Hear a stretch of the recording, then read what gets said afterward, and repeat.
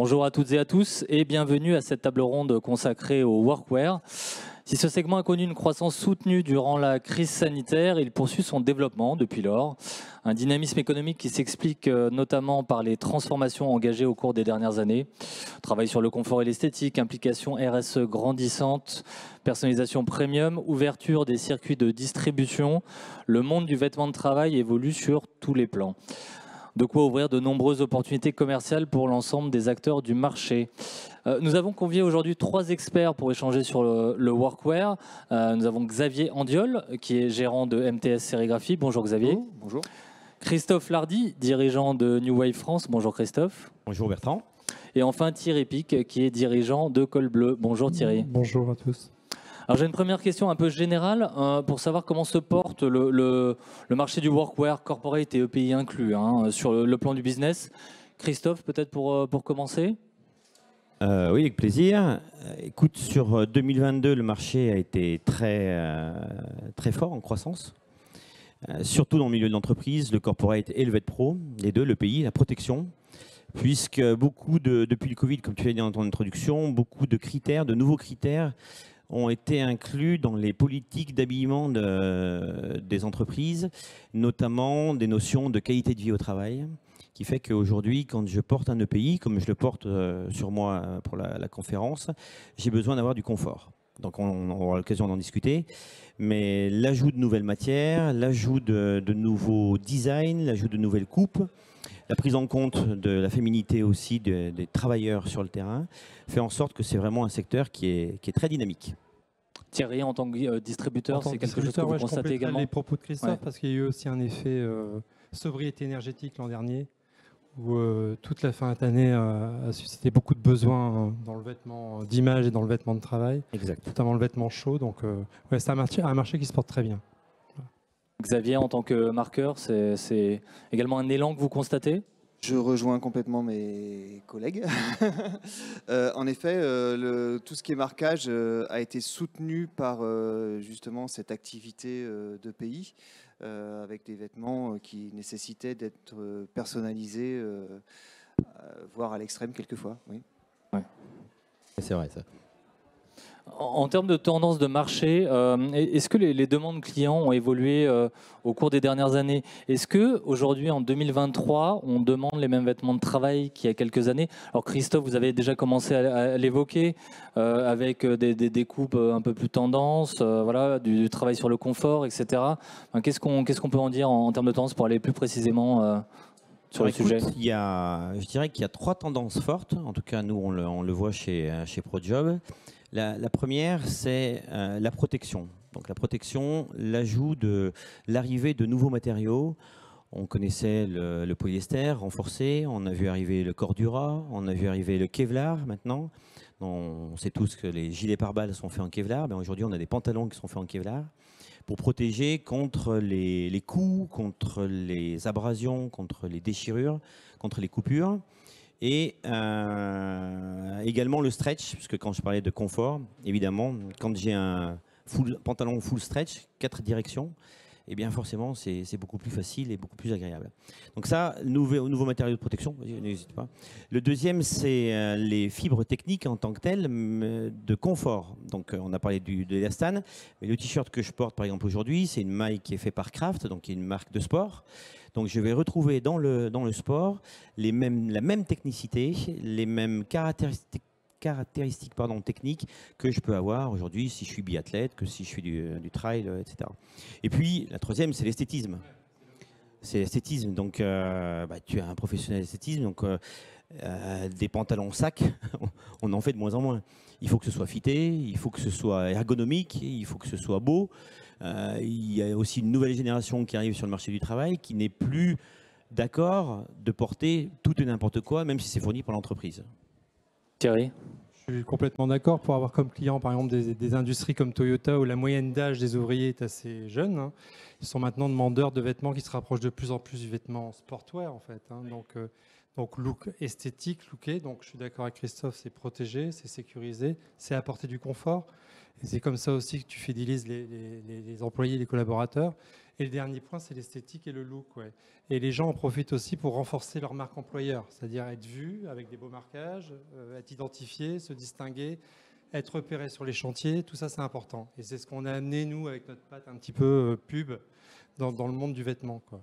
Je racontais à Christophe, moi, il y a 20 ans, quand j'ai démarré le vêtement, on venait chez moi me demander des marquages. En fait, les gens achetaient des vêtements ailleurs et venaient me demander à moi de les marquer. Donc, je me suis dit, tiens, il y a un petit truc, on va proposer les deux. Et c'est vrai que c'est une bonne recette. Ouais. Et le workwear, par ailleurs, infuse également même sur les podiums, des défilés de mode, dans la rue. Enfin, c'est vrai qu'aujourd'hui, ça devient finalement... Même le retail se développe un ouais. petit peu et on commence à avoir des magasins de sportwear, des magasins de vêtements de travail, de workwear. Oui, vous en avez un d'ailleurs Moi, également, j'en ai un Thierry. sur Valenciennes, ouais. Et justement, est-ce que vous faites également évoluer en termes d'organisation du magasin, de codes, des codes plus retail peut-être aussi? Projet, on adopte les codes du retail et c'est d'en faire un achat plaisir en fait. Avant, l'achat du vêtement de travail pour le particulier, c'était une contrainte. Là, ça devient de plus en plus un plaisir de choisir des belles marques, des beaux produits, des produits confort, des produits esthétiques, etc. Donc ça évolue vraiment dans ce sens-là, quoi. Aussi bien pour le particulier que pour le pro. Ouais. Christophe, vous l'avez déjà évoqué à demi-mot, mais cette distinction aussi qui existe, alors chez New Wave, ça fait déjà un moment, mais entre les vêtements masculins et féminins, c'est important aussi. Je sais que vous êtes impliqué également avec une association qui s'appelle les filles du BTP. Qu'est-ce que vous pouvez nous en dire? Alors, les filles du BTP, c'est la concrétisation justement de notre vision du milieu du travail. On s'est rendu compte, alors chez Click, les coupes femmes existent depuis, je sais pas, 15 ans. Aujourd'hui, c'est systématique. Des coupes unisexes, on en a de moins en moins. Et chez ProJob, c'est une tendance qui est forte depuis une petite dizaine d'années, où on a des collections spéciales féminines. Les filles du BTP, c'est donc des filles qui sont dans l'artisanat, tout corps de métier, et qui nous ont sollicité, qui nous ont dit, écoutez, nous, on n'arrive pas à s'habiller. Certaines travaillent dans des grandes entreprises. Dans les grandes entreprises, il y a un souci d'homogénéité, mais pas de prise en compte des spécificités de chacun et de chacune. Et quand on leur a fait essayer des pantalons, on dit mais ça a été un peu la révolution pour elles, parce que c'est des coupes qui morphologiquement sont adaptées au corps féminin.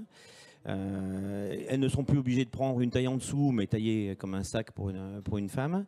Donc c'est une tendance qui est forte et qui se développe vraiment dans le pays. Dans l'univers du corporate, on l'a depuis un certain nombre d'années. Depuis un bout de temps, ouais. Mais dans le pays, ça arrive et ça arrive fort.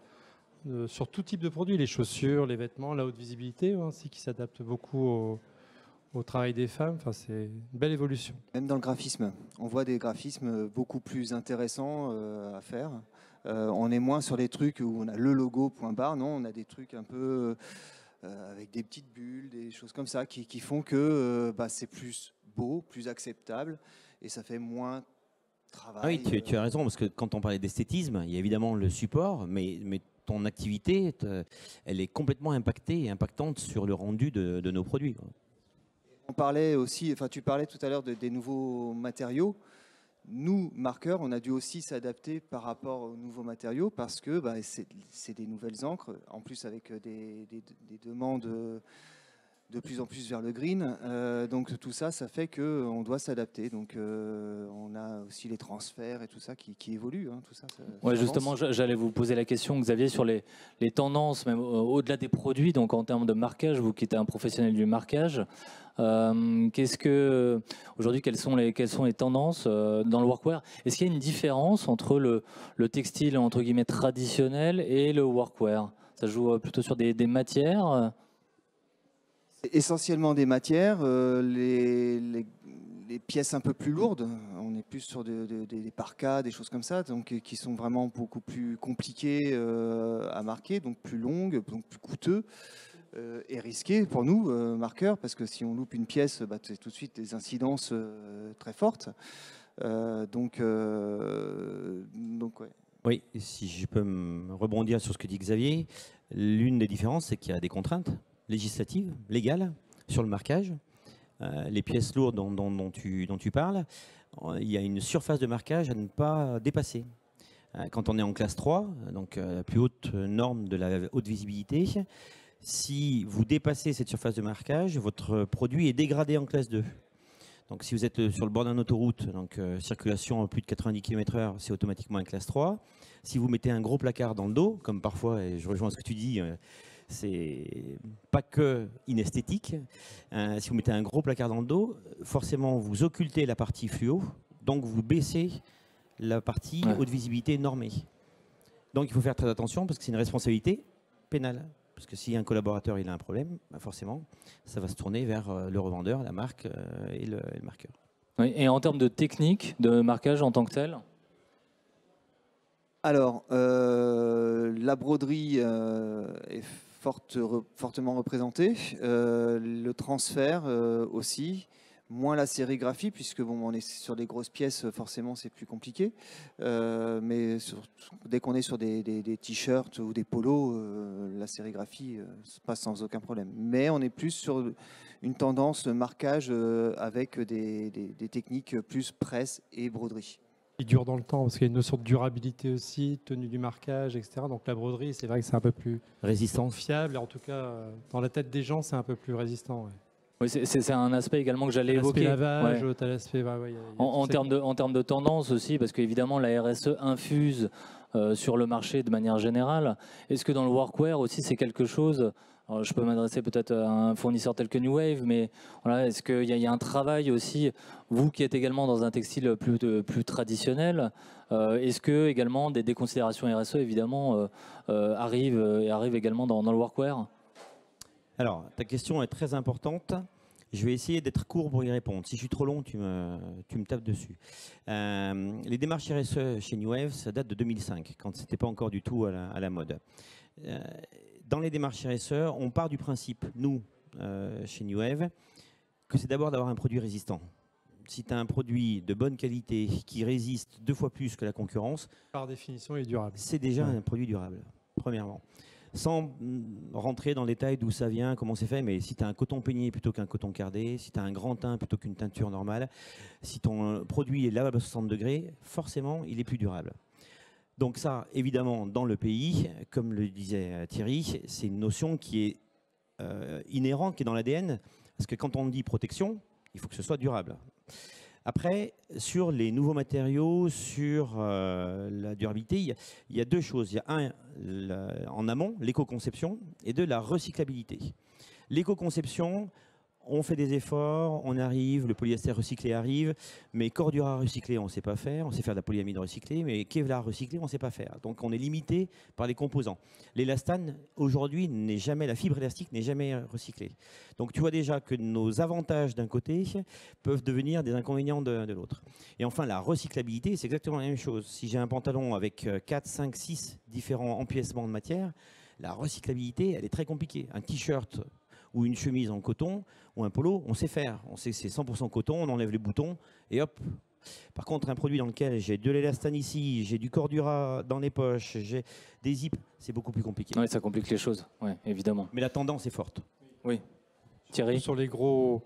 Enfin, on distingue souvent le marché en nombre de porteurs. Moi, par exemple, je suis sur un marché où je m'intéresse au marché des moins de 200 porteurs. Où là, la demande en province, en tout cas, est un petit peu moins forte. Par contre, sur les grosses entités, etc., ça devient vraiment une... Oui, c'est un vrai sujet dans les appels d'offres, notamment auxquels vous pouvez répondre chez Col Bleu. Oui. Ouais. Il y a des beaux marchés, 200 porteurs. En dessous de 200 porteurs, nous. Mais déjà, de 100-200 porteurs, c'est déjà un marché. On parle en termes de tendance aussi, on parle de plus en plus de production plus locale, alors sans parler forcément de Made in France, mais de Made in Europe, ou en tout cas peut-être le Maghreb également. Je sais que voilà, Thierry, vous collaborez également avec des fournisseurs qui peuvent fabriquer au Maghreb. Donc ça, c'est quelque chose aussi qui infuse dans le workwear. Le Maghreb, c'est sûr. Après, sur le Made in France, etc., on est plutôt, quand on est sur le vêtement d'image et peu technique, ouais. Oui. Malheureusement, si on arrive sur du produit esthétique, confortable, c'est que non, c'est pas encore développé, quoi. Donc. Ouais. Et vous chez New Wave, alors en termes de production, mais vous faites surtout attention. Alors certes, vous produisez essentiellement en Asie, mais avec une responsabilité, avec des certifications, etc. Enfin des choses quand même très carrées, reconnues à l'international, etc. qui permettent de rassurer entre guillemets vos clients. Oui, il y a un très fort engagement. Comme je disais, 2005, les premières démarches RSE du groupe New Wave. Donc ça veut dire qu'on a de l'historique, on a essuyé certains plâtres. Je rejoins tout à fait Thierry, c'est pas qu'on ne voudrait pas faire de la fabrication française ou européenne, c'est que les outils n'existent pas et où les coûts de revient sont prohibitifs. Donc on préfère à ce moment-là, nous, sécuriser notre sourcing, avoir un bureau d'achat sur place, faire partie de sociétés d'audit, enfin demander des audits externes, internes également, et puis avoir un nombre de certifications important sur les conditions de travail, sur le respect des salariés, la non-discrimination sexuelle, raciale, le respect des normes en vigueur. Oui, ça c'est obligatoire aujourd'hui. On est audité, on travaille avec nos revendeurs ont des clients finaux qui nous auditent et qui auditent nos usines, quoi. Ouais. Quels sont les produits les plus vendus aujourd'hui dans le workwear, si on peut faire un top 3, même en termes de marquage, Xavier? Porte tendance, à mon avis, sur la doudoune. Ça a été très très fort l'année dernière. Tu ne dois pas avoir passé trop de pantalons, parce que le pantalon, c'est vrai qu'il se marque un peu moins, mais c'est quand même le produit qui se vend le plus. Ah, bon. On vend 3 pantalons pour une veste de travail, en tout cas dans le vêtement technique. Mais effectivement, on les personnalise peu, les pantalons. Souvent, on le propose, ça vient, mais... Comment on peut l'expliquer? C'est Traditionnellement, il y a peu de marquage sur les pantalons? Alors, il y en a, par contre c'est vraiment plus compliqué à faire, c'est généralement dans des sachets individuels, faut les replier, donc c'est très coûteux. Après c'est vrai que quand on a des gestions à faire sur des dossiers complets où on a en effet une veste, 3 pantalons, ça c'est du courant, donc on a souvent plus de pantalons à marquer dans ces cas-là, mais c'est vrai que nous au niveau du marquage on ne voit pas trop ça. Thierry, donc après les blousons sans manches, ça a été un gros carton l'an dernier sur les deux marchés, je crois, aussi bien en vêtements d'image, communication par le textile et le vêtement technique, parce qu'ils sont un peu plus techniques dans le pays en fait. C'est toujours le blouson sans manches, mais un peu plus technique que ce qu'on peut trouver dans le monde de la publicité ou du textile publicitaire, quoi. La soft shell. La soft shell, gros carton, polaire, haute visibilité, marché important aussi. Christophe, vous... Oui, je suis en 100% d'accord avec Xavier et Thierry. Le pantalon, c'est un peu le consommable de le pays. C'est celui qui est le plus soumis aux contraintes et à l'usage. Donc c'est vrai que ce sont les références leaders. Et puis après, les produits techniques de protection contre les agressions extérieures, la pluie, le froid, le vent. Donc on a parlé de doudoune, on a parlé de softshell, sont vraiment des produits qui aujourd'hui sont rentrés de manière totalement massive dans le pays. Encore une fois, elles viennent du sport. C'est encore une tendance qui s'est... les frontières se sont brouillées. Thierry, au-delà du workwear, vous distribuez également du textile promotionnel. Et j'avais une question justement sur une transition potentielle. En tant que revendeur, est-ce que vous avez des conseils que vous pourriez éventuellement donner à un revendeur qui fait déjà du textile traditionnel et qui souhaiterait éventuellement étendre son activité au workwear? Est-ce que c'est aussi simple que ce qu'on peut penser? Je me permettrai surtout pas de donner de conseils parce que mais effectivement, nous, l'idée, il y a 20 ans, parce que moi, je fais depuis 30 ans de l'objet pub, et il y a 20 ans, on s'est dit, tiens, à force d'être à la frontière du vêtement d'image, on s'est dit, pourquoi pas le vêtement technique, en pensant transformer tous nos clients pub en workwear. Ça n'a pas été le cas. Parce que, on a fait du business, mais on n'a pas transformé tous nos clients en vêtements de travail, parce que ce ne sont pas les mêmes interlocuteurs, ce n'est pas la même démarche d'achat, en tout cas, quand on rentre un peu plus dans le vêtement technique, ce n'est plus les mêmes personnes non plus. Donc, ce n'est pas si simple. Mais par contre, c'est un marché potentiellement intéressant. Et pareil, au niveau de la distribution, moi j'ai souvent confié au départ la distribution du vêtement par les commerciaux qui faisaient aussi de l'objet pub.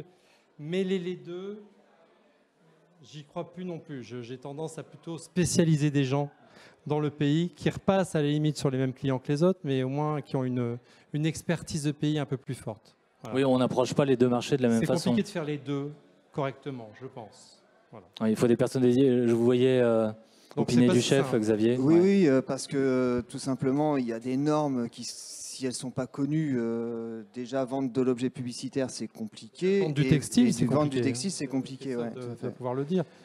Et c'est vrai qu'avoir la connaissance aussi technique des normes, même pour nous, quand on doit appliquer un transfert d'une certaine manière. On ne va pas utiliser les mêmes températures, pas les mêmes transferts, parce que c'est plus technique. Hein. Donc on a vraiment nous, quand on a dû se mettre aussi dans les EPI, il a fallu faire un peu plus de recherche. C'était pas inné, quoi. Voilà, c'est même technique, même machine, mais pas même réglage.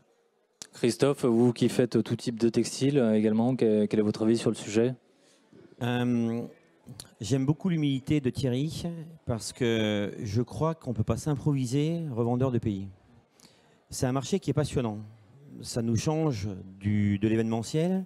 Ce n'est pas de l'usage unique. On rentre dans la vraie vie des entreprises ou des collaborateurs. Donc c'est extrêmement intéressant. On arrive souvent avec un fournisseur en place aussi, oui. Beaucoup plus. On est toujours challengé en fait dans ce métier.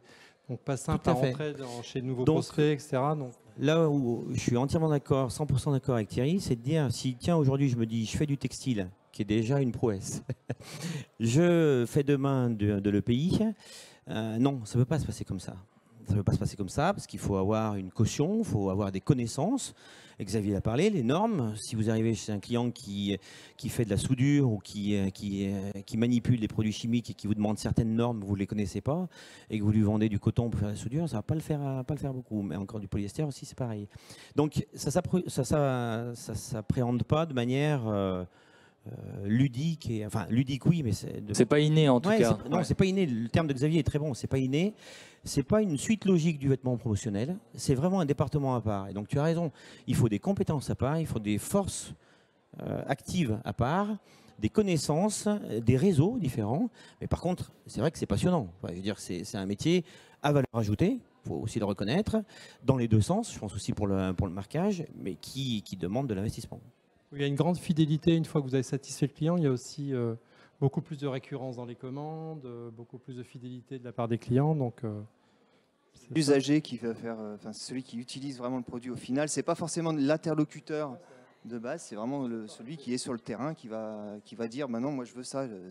Voilà. C'est pas de l'usage unique. Donc, Et Christophe, en tant que fournisseur, justement, vous accompagnez des revendeurs qui éventuellement veulent opérer cette transition vers de l'EPI ou du workwear? Alors oui, on s'est fait nous déjà former par l'IFTH sur l'Institut français du textile et de l'habillement pour ne pas raconter n'importe quoi à nos clients et surtout pour ne pas raconter n'importe quoi quand on fait de la préco, de l'accompagnement de force de vente chez l'annonceur final, chez le client final, d'ailleurs qui n'est pas un annonceur mais qui est vraiment un client final. Et donc, on a des modules de formation, de sensibilisation et de formation en fonction du degré d'investissement que souhaite le revendeur sur les fibres, les produits, qu'on puisse expliquer ce qu'est un cordura, pourquoi c'est intéressant d'avoir du cordura sur les genoux ou dans les poches, à quoi sert le Kevlar, pourquoi mettre du stretch. Donc, ouais, on accompagne et on a même développé un outil pour aider les revendeurs. En prospection, quand ils vont chez un client, il y a un questionnaire très rapide qui permet ensuite de pouvoir donner les références, là où les références qui sont en adéquation avec les besoins de l'entreprise. Okay. Si on se projette un peu sur les années qui viennent, quel avenir on peut imaginer pour le workwear? Alors à la fois en termes de dynamique de marché, mais également en termes de nouveaux produits. Si on sort un peu la boule de cristal, qu'est-ce qu'on peut imaginer?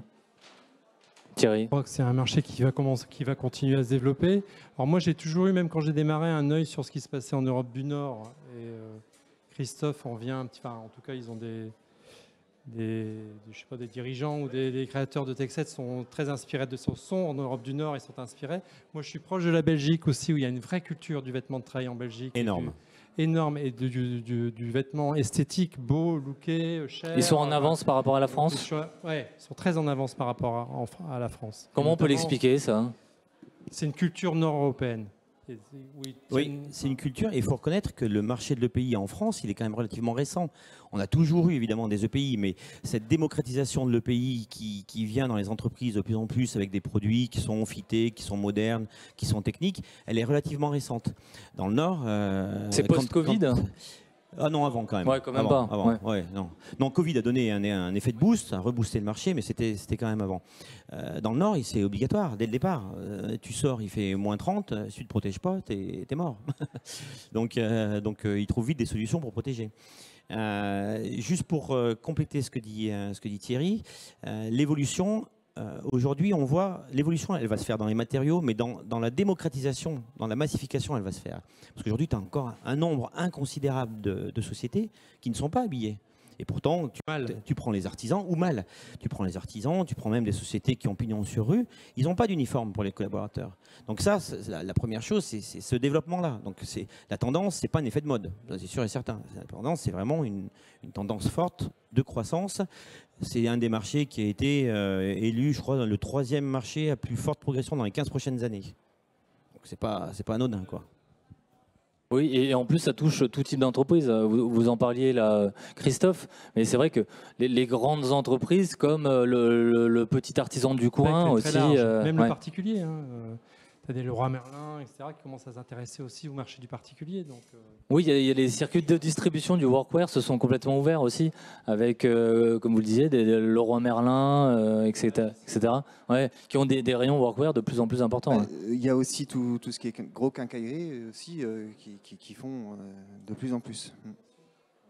Donc sur l'avenir du workwear aussi, Xavier, ouais, vous êtes plutôt confiant? Oui, plutôt, puisque c'est complètement en développement. Donc oui, bien sûr. Est-ce que vous avez un mot de conclusion chacun avant de passer aux questions éventuelles? Christophe? Vendez de l'EPI. Normal. Oui, moi j'encourage les gens à le faire quand même, parce que quand on a surtout la fibre textile, etc., c'est un marché quand même en devenir, intéressant, récurrent, à marge, hein, parce qu'on ne parle pas de marge commerciale, mais il y a quand même, c'est un marché différent où les gens entendent un discours qualitatif. Enfin, bon, voilà, il y a une notion de conseil. Il y a le conseil qui en revendeur, c'est important. Oui, notamment, oui, vous parliez des aspects législatifs, notamment, oui, c'est une vraie question. Ouais. Xavier? Pas de choses particulières à dire dessus. On parle même de l'uniforme à l'école, toi, ça pourrait être un très gros marché pour les. J'ai entendu Macron dire des choses. Les rentrées des classes sont déjà des périodes importantes dans le pays. Hein. La blouse de chimie, là, tu vois, la blouse de physique-chimie me fonctionne toujours autant. Hein. Les lycées techniques aussi, qui sont. Oui, c'est vrai, il y a de belles perspectives donc, pour ce marché-là. Est-ce qu'on a des questions dans la salle?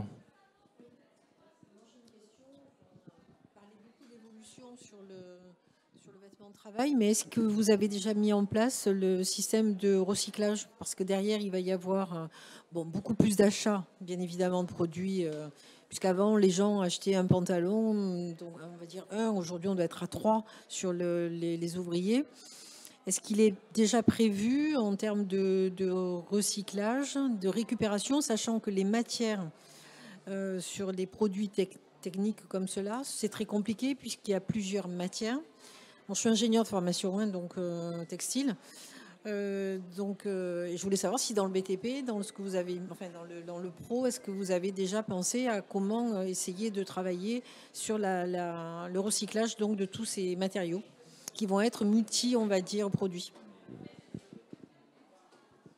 Je réponds, oui. Alors, dans le recyclage, c'est vraiment une question qui est très pertinente et très compliquée.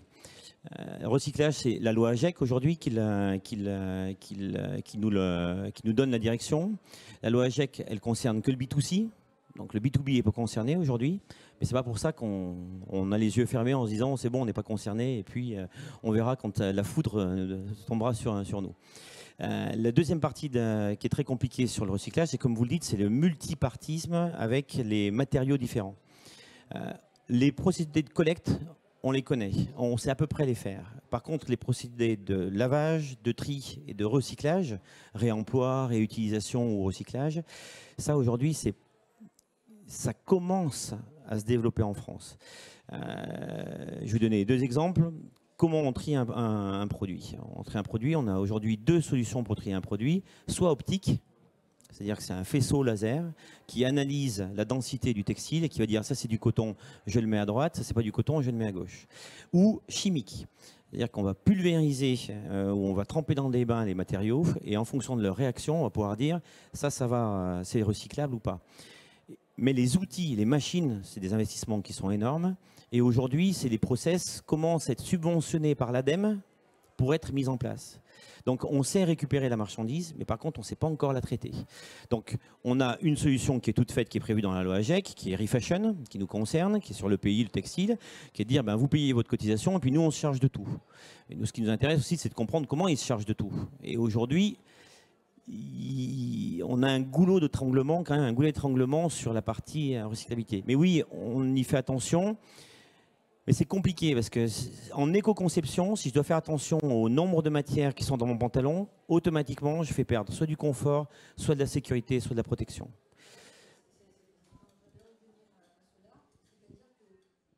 Pas fabriqué en France, j'ai bien entendu. Moi, je suis fabriqué en français aussi, donc voilà. Mais l'idée, quand même, c'est que vous ayez tous une réflexion sur même si c'est à l'étranger, sur les matières utilisées, et de ne pas trop mélanger, parce que la complexité, elle va venir de là.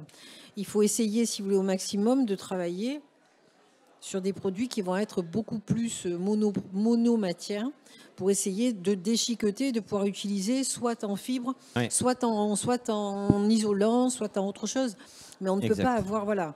Et pour vous, le marquage, c'est d'autant plus important dans la mesure où il faut que ça soit des marquages qui ne soient pas perturbateurs ou autres. Donc tout ça, c'est des choses importantes parce que lorsqu'il y a une filière qui se met en route comme le travail et qui devient beaucoup plus importante, des fois on en oublie, on va dire, comment on va retransformer les matières. Donc je pense que c'est au cœur de votre réflexion de faire attention que derrière, dans 10 ans, on ne se retrouve pas avec, comme on a aujourd'hui la fast fashion, avec des milliers, des tonnes de vêtements dont on ne sait plus quoi faire. Vous avez entièrement raison. Et dans le multipartisme des vêtements, si j'ai du cordura sur mes genouillères et du coton ou du polyester ou du polycoton, c'est facile à faire. Par contre, à partir du moment où j'ai un coton élastane, les fibres sont entremêlées.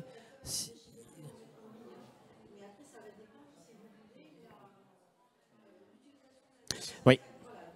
Oui.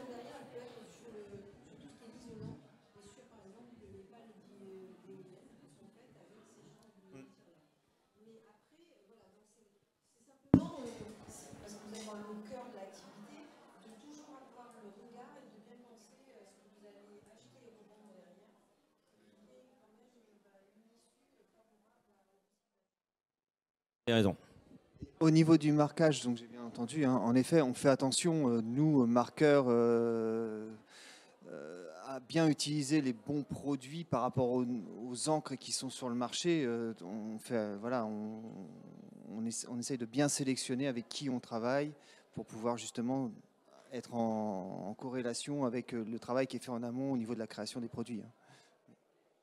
Je crois qu'il y a eu pas mal de développements qui ont été faits sur les encres. Hein, sur sur les PVC, les phtalates, tout ça, les cols qui ont changé aussi. Donc, oui, il y a pas mal de choses. Même au niveau de la broderie, on peut travailler aussi avec des fils green qui sont déjà des fils recyclés. Hein, donc, voilà, il y a plein de choses qui sont mises en place, qui sont récentes encore, hein, qui ont des problématiques aussi parce que les produits nouveaux sont plus cassants, sont moins faciles à travailler, on enlève plein de choses, donc qu'est-ce qui reste? Plus grand-chose, mais il faut que ça soit quand même qualitatif et bon pour la planète. Mais on travaille quand même avec de la chimie, donc voilà.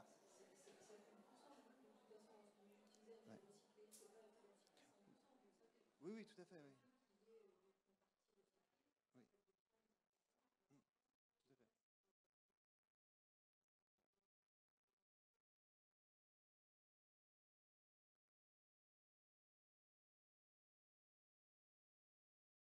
Trouver un équilibre qui évolue avec le temps et avec les nouvelles technologies. Vous avez d'autres questions? Oui. Joël, Service Center, bonjour. Il y a un proverbe qui dit que quand le bâtiment va, tout va. On est d'accord. Aujourd'hui, économiquement, on sait très bien qu'on est dans une situation où on a des défaillances d'entreprises records, où on arrive de nouveau au niveau de 2019. D'accord, donc on était dans une année record. Est-ce que ces chiffres, on les ressent également au niveau vêtements de travail, puisque j'imagine que les entrepreneurs qui travailleraient dans le bâtiment ont quand même un peu moins de consommation, maîtrisent un peu plus, peut-être essaient de maîtriser un peu plus leur budget. Et est-ce qu'il y a des conséquences, aussi bien peut-être pour l'importateur ou le fabricant que vous êtes, que pour le revendeur que vous êtes, et forcément en ricochet sur le marqueur que tu es, Xavier? Question un peu longue, désolé. Peut-être laisser parler le fournisseur. Chez nous, pas encore trop. Effectivement, le bâtiment est gros consommateur de vêtements et de pays. Ce qui a changé depuis quelques années, c'est que les coupes de budget, elles se font plus faciles, elles ne se font plus forcément sur le vêtement de travail. Ils maintiennent quand même un certain niveau de confort et de protection et de look. Et voilà, il n'y a pas de coupe franche dans ce budget-là pour l'instant, en tout cas en province, et sur le moins de 100 porteurs. Après, je ne connais pas bien le marché du plus de 200 porteurs, mais effectivement, c'est une bonne réflexion. Alors, je vous donnerai 2 éléments de réponse. On ne sent pas encore la tendance baissière du bâtiment, parce qu'il y a encore beaucoup de chantiers qui sont en cours et et des gros chantiers qui font l'actualité de nos médias actuellement. 2 éléments de réponse. Le premier, c'est que même si ça baisse aujourd'hui, on ne le voit pas parce que le panier moyen monte. Pourquoi? Parce que je mets plus de qualité. Je mets du stretch quand j'en avais pas, donc le prix de mon pantalon, il est supérieur. Donc la quantité est peut-être moindre, mais en tout cas le volume global ou le budget global, il va être encore aujourd'hui identique. Peut-être que dans un an, on se reverra, on fera la même conférence et je vous dirai, oh là, vous aviez raison, donnez-moi votre boule de cristal parce qu'en fait, vous aviez raison. Deuxième élément de réponse, c'est que, comme je disais tout à l'heure, on a peut-être un secteur d'activité en effet qui souffre. Par contre, vous prenez les logisticiens. Aujourd'hui, ce marché, il explose. Vous prenez n'importe quelle plateforme logistique aujourd'hui, elle cherche à embaucher. Et elle ne trouve pas. Et ces collaborateurs-là, qu'est-ce qu'ils font? Eh ben, ils les équipent également. Donc, qu'il y ait un marché qui soit en tendance baissière, ce n'est pas pour ça que le pays va être en tendance baissière. Parce qu'automatiquement, aujourd'hui, on a d'autres marchés, on a d'autres... Même chez les artisans, la proportion, je pense, des artisans aujourd'hui qui font vraiment attention à leurs collaborateurs, elle augmente, mais elle n'est pas encore à 100%. On n'est pas sur un marché mature. On est vraiment sur un marché en pleine croissance. Vous avez travaillé sur la plomberie pour le fameux problème du plombier. Alors, je ne m'attendais pas à avoir une question de ce côté-là. Donc du coup... Est-ce que vous avez travaillé sur le fameux problème spécifique du plombier? Il travaille souvent accroupi. Accroupi, voilà. Alors petite oui, boutade. Pour répondre à ta question, oui, nous avons travaillé sur le problème du plombier et on a maintenant des pantalons qui sont taille haute. Donc et taille élastique. Parce que si tu n'as pas une taille élastique, forcément le pantalon il descend beaucoup plus facilement. Voilà. Parfait. Je te donnerai les références si tu veux. Merci pour ces réponses, très claires en tout cas. Merci. Autre question, plutôt pour Christophe. Sur la partie certification, vous parliez tout à l'heure, tous les audits que vous faites, soit vous directement, soit indirectement, à travers les annonceurs qui portent donc vos vêtements. Est-ce que des certifications comme GOTS, comme GRS, c'est des choses qui sont existantes, qui sont en place ou qui vous parlent tout simplement? Alors les deux me parlent, bien évidemment. Les deux me parlent d'autant plus, c'est que dans la filière GOTS, si je prends le premier, GRS c'est un peu différent, mais GOTS, pour que je puisse commercialiser un produit GOTS, donc je répète, on n'a pas le droit de dire coton biologique, c'est coton issu de l'agriculture biologique. Faites attention à vos communications, c'est hyper important. Vous pouvez vous faire taper sur les doigts et avoir des amendes.